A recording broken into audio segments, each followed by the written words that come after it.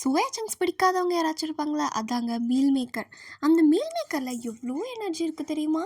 அதில் 0% கொலஸ்ட்ரால். அதில் sodium, potassium, protein, vitamin C and vitamin பி6, மெக்னீஷியம், அயர்ன், கால்சியம்னு சொல்லி அவ்வளோ எனர்ஜி இருக்குது. பிடிக்கலன்னு சொன்னால் அப்படியே விட்டுற முடியுமா? அதனால தான் அவருக்கு பிடிச்ச மாதிரி இந்த கிரேவியை சிக்கனுக்கு பதிலாக மீல் மேக்கரை வச்சு செஞ்சு கொடுத்தேன். செம்ம டேஸ்ட்டாக இருந்தது. நம்ப மாட்டீங்க, கொஞ்சமாக செஞ்சால் சத்தியமாக பத்தாது. நிறைய செஞ்சு நல்லா சாப்பிடுங்க. இது ஒரு 10 நிமிஷம் மட்டும் தண்ணியில் நல்லா ஊற வச்சுட்டு மசாலாவோட பச்சை வாசனைலாம் போனதுக்கப்புறம் இந்த சோயா சங்க்ஸை நல்லா மசாலாவோட ஃப்ரை பண்ணிவிட்டு தண்ணியெல்லாம் நல்லா ட்ரை ஆகிற வரைக்கும் நல்லா போட்டு ஃப்ரை பண்ணி எடுத்துக்கலாம்.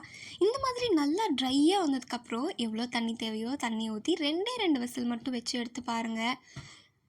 செம்ம டேஸ்ட்டாக இருக்கும். ட்ரை பண்ணி பார்த்துட்டு கமெண்ட்ஸில் எப்படி இருக்குன்னு சொல்லுங்கள். கடைசியாக கொத்தமல்லி கருவேப்பிலை போட்டு சர்வ் பண்ணி பாருங்கள். இட்லி, தோசை, சப்பாத்திக்கெலாம் சூப்பராக இருக்கும். தேங்க்யூ.